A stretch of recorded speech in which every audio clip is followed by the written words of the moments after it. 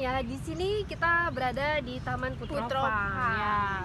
Taman Putropang ini zaman dulu itu tempat para putri mandi. Pemandian Jadi dia sebenarnya itu nyambung dengan ada di sana satu lagi situs namanya Gunongan deh. Gunongan. Tapi kan sekarang karena udah dibikin jalanan, jadi terpisah ya.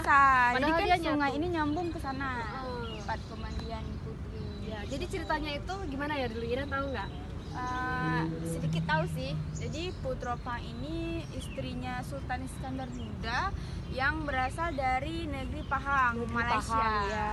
Jadi dia hadiahkan tempat ini untuk dia bersenang-senang. Ya, dulunya dia rindu akan kampung halamannya. Udah gitu, karena dia rindu, jadi dia ingin ada sesuatu yang seperti di negaranya itu jadi. Jadi bikinlah tempat pemandian ini oleh Sultan.